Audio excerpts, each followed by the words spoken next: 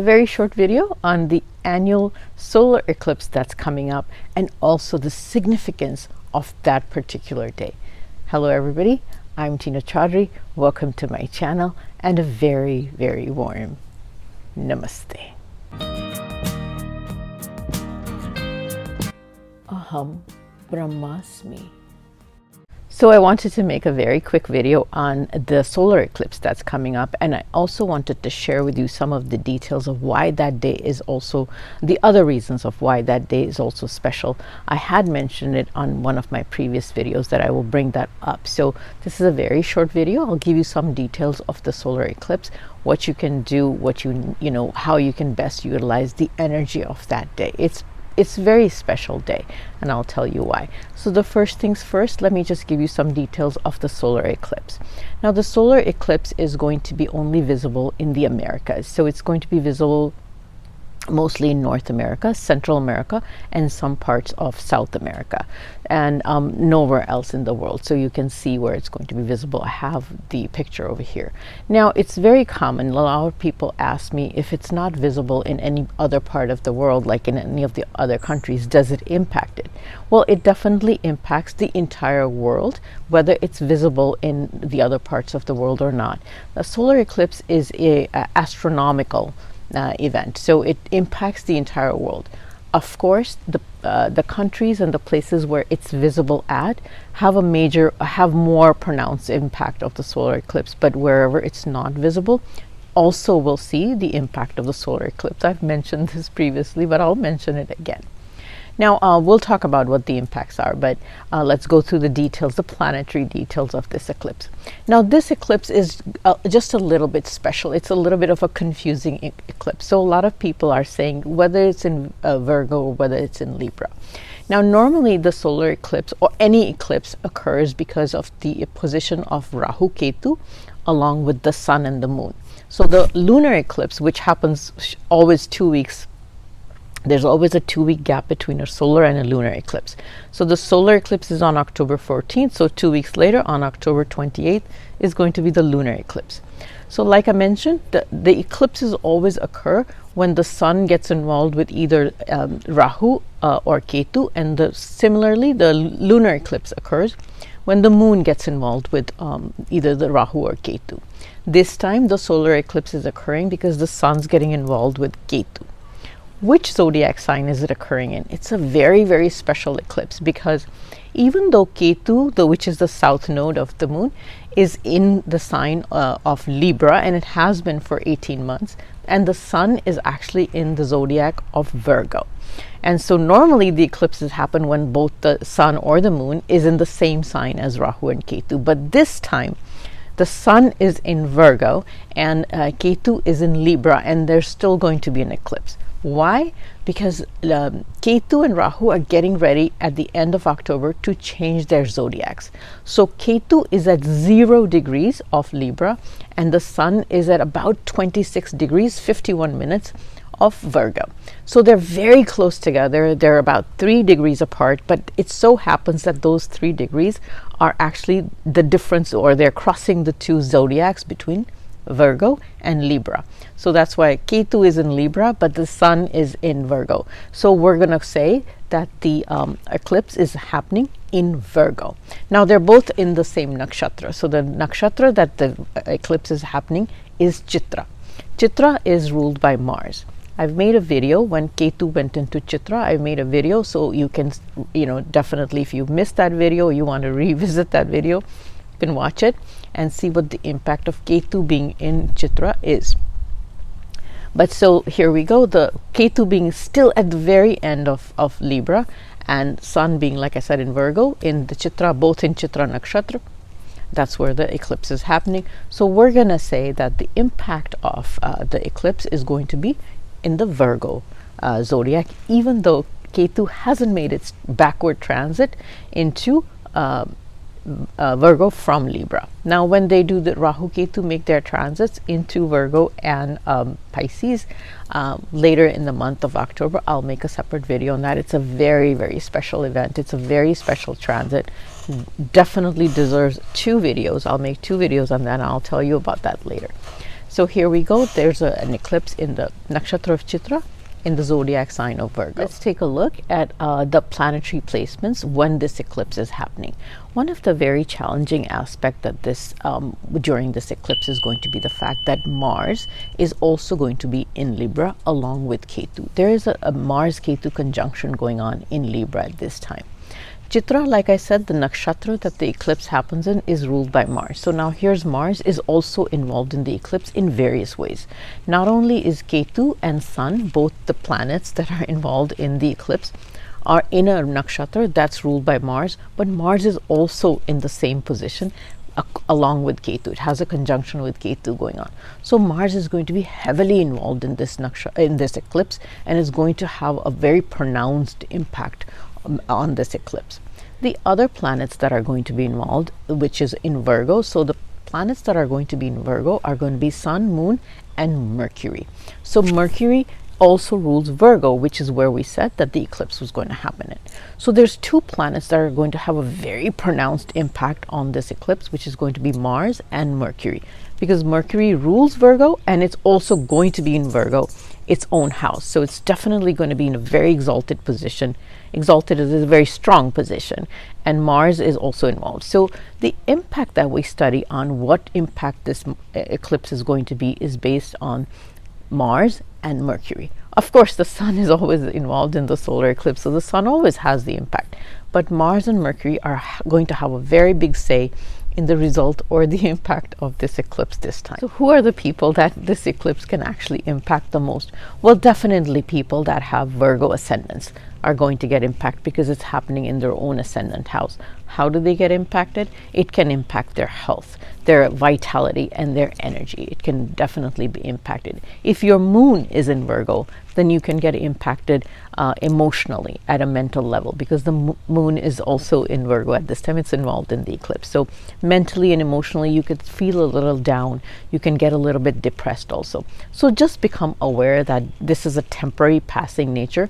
2 or 3 days before the eclipse, 3 or 4 days after the eclipse, this impact may be a little bit more pronounced. So take care of your mental and emotional health and your physical health if you are in any way have a sun or moon in Virgo, or your ascendant is Virgo. Now the other zodiacs that may also feel the intensity of this eclipse a little more is Virgo. So they're going to is Libra. I'm sorry. The Libra might feel a little bit more of it, even though it's not going to be a lot pronounced, because Ketu is getting ready to leave Libra, but Mars is in Libra. So they might also feel that impact a little bit more. Now, because this sun is at 26 degrees 51 minutes, if anybody has a planet at 26 degrees 51 minutes in their natal charts, they might feel the impact of that as well. Especially if it's Mars or Mercury, then you might feel the impact of that. Or if it's Sun or Moon also, you might feel this impact of this eclipse as well, a little bit more pronounced than others. So, and it doesn't matter what zodiac it is. If somewhere along your natal chart you have a planet that's very close to the 26 degree mark, you might feel the effect of that planet as well. So those are the people that get impacted by this solar eclipse a lot. So let's take a look at what we can all expect, what kind of an impact all of us can expect, at a personal level. How does the solar eclipse impact us? So let's take a look at the significations of Mars and Mercury. Like I said, those are the two planets that are really going to impact all of us. So Mars represents our physical body. Mars represents blood within our body. Mars represents action that we take, all the action that we do, the energy, the vitality within our body. Mars represents also, like I said, the blood in our body. And so at a negative level, Mars represents anger, that we have fights and anger. Mercury represents our communication pattern, the speech that we have, whatever we say to people. Mercury also represents the written communication as well. So here we go. We have the negative Mercury, and then we put the negative Mars together. What do you think we come up with? angry words, getting into fights with people. And so this is what the solar eclipse can probably bring for us, is where we get into fights with people based on what we're saying to them, and we just say angry things to people, start a fight for no reason, get mad at people, and this is where I think it's going to be pretty damaging if we don't watch that, because the sun is involved. The sun is our ego. So this is where we fight for our ego. We get a little egoistic, we're going to say something to somebody. And so this is the guidance I'm going to give everybody, that's starting from now to even a week to 2 weeks until that lunar eclipse happens. We watch our ego. It's going to get a little bit out of control, and then we're going to start saying things to people. We think we're going to get very protective about ourselves. Mars is about protection, protective about your own self, protective about your family, protective about your home. And so this is where the fight or the anger is going to come from. So you need to really watch it. You need to understand this is a passing phase, and that you don't fight back, or you don't say things to people regarding your ego, or just basically saying stuff to people and starting fights. So make sure you don't do that. Mercury represents siblings a lot, and so this could be very possible where we say stuff to our siblings. Mars is your brother, Mercury is your sister, so basically all siblings. You have to be very careful what you're saying to generally everybody. I would just say don't say stuff to and start a fight, to get into angry words, get into angry spats, and then it could have very long-lasting effects. The impact of a solar eclipse is very obviously it's very intense while a week before and a week after, but even until the next lunar eclipse happens, which is 2 weeks, very intense. The impact or long-lasting impact of what you do during the solar eclipse while you're under the impact of a solar eclipse could be up to 3 months. So you start a fight now, you may see the impact of it for another 3 months to 6 months till the next solar eclipse. So don't take this lightly, where you're like, well, I'll fight with them and then I'll make up with them. It may not happen. So watch what you say to people. I would just suggest you just don't even get into it with anybody. Just stay within yourself. And so that's the impact, that one of the major impact that the solar eclipse can have on all of us. The other thing is Mercury does represent finances and how we handle our finances, and Mars is impulsiveness. So don't make impulsive financial decisions. I would say don't make any financial decisions when you're under the impact of a solar eclipse. Kind of take your time to do any financial planning. This is not a good time for that. Definitely not a good time for that. So don't do anything financially risky, or don't even, just stay away from financial decisions, big ones at this time. The other thing that Mercury represents is transportation, logistics, traffic. So we could probably get into a lot of traffic jams. You could see traffic accidents. There could be a lot of traffic related issues, and it could be mostly air traffic, driving, all kinds of traffic, I would just say. So be prepared to get stuck into traffic jams, but most importantly, drive very cautiously. This is not the time to take risky travel kind of things. Don't do anything risky on the road. Let's just say that. And so be very careful how you drive. This is a time when somebody could get hurt. You could get hurt yourself. So be very careful while you're traveling and while you're driving. You need to be very careful with that. So that's the impact that all of us can expect to see. Hopefully it's all good. What are some of the other do's and don'ts of what to do, what not to do during the eclipse? So this eclipse, I don't know if I mentioned or not, but the eclipse starts at 8 a.m.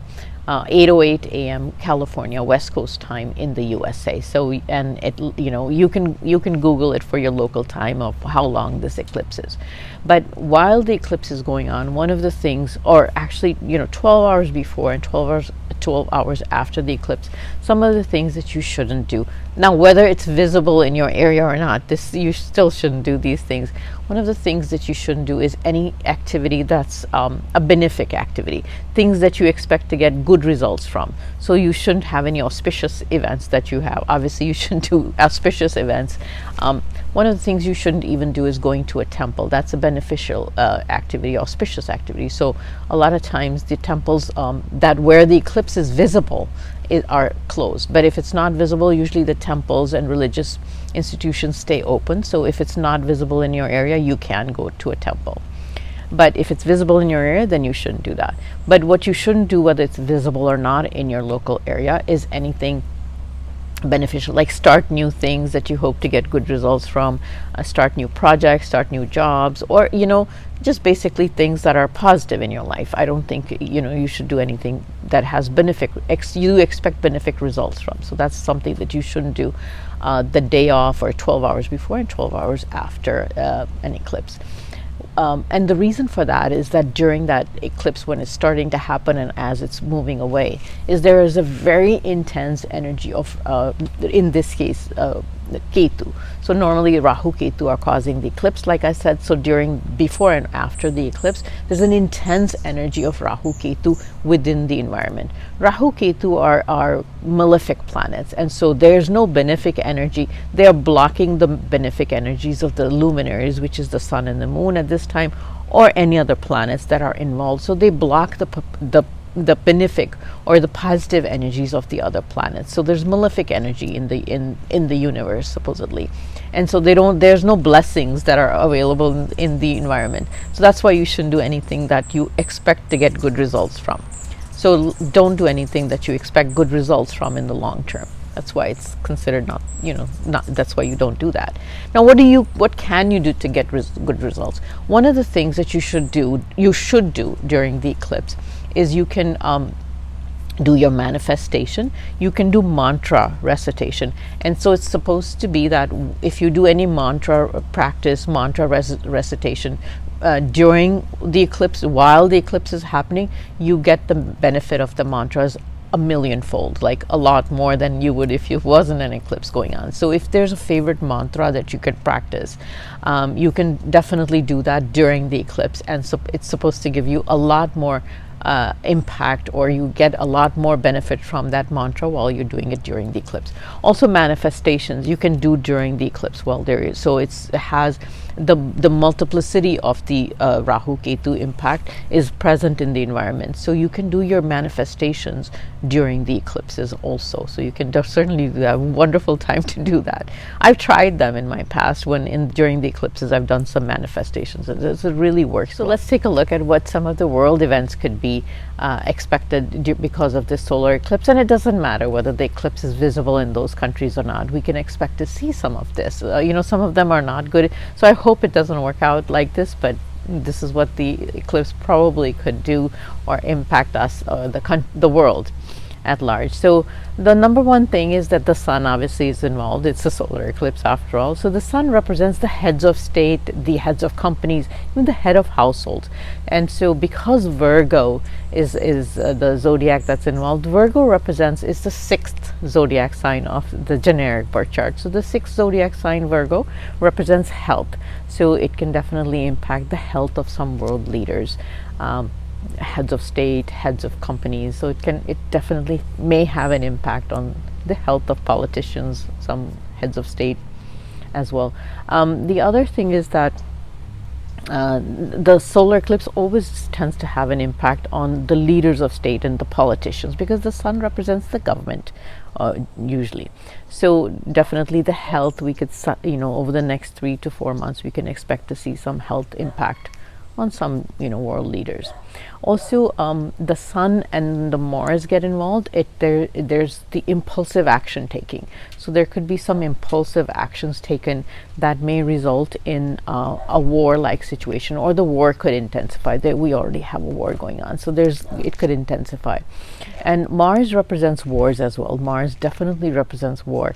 Mars also represents real estate or land. So the war that we have going on is about your land, and the fact that people are fighting over land. That's always what the war is, always about people fighting for land. And Mars represents both those things, wars and land. So the war that's ongoing could also start new war and tension regarding land and the possessions of who owns what land, what country belongs to who. So this is definitely escalation of those kind of things. But the major impact is that Virgo represents enmity. The sixth house represents health, death situations, and enemies. So not getting along. So some of the politicians could make impulsive decisions, or they could say something impulsively. Remember, Mercury is involved, so it's communication results. So some of the politicians may make statements that are impulsively without thinking, and that could start an uprising. That could start some issues also. So within the country, outside the country. So there could be a lot of political unrest as a result of things that somebody has said, a politician has said. Communication related uprising, it could also result in that. Also, the nakshatra that's involved is the Chitra. So Chitra nakshatra is ruled by Varun, which is Varun is the god of rain and water, basically the rain type, thunderstorms.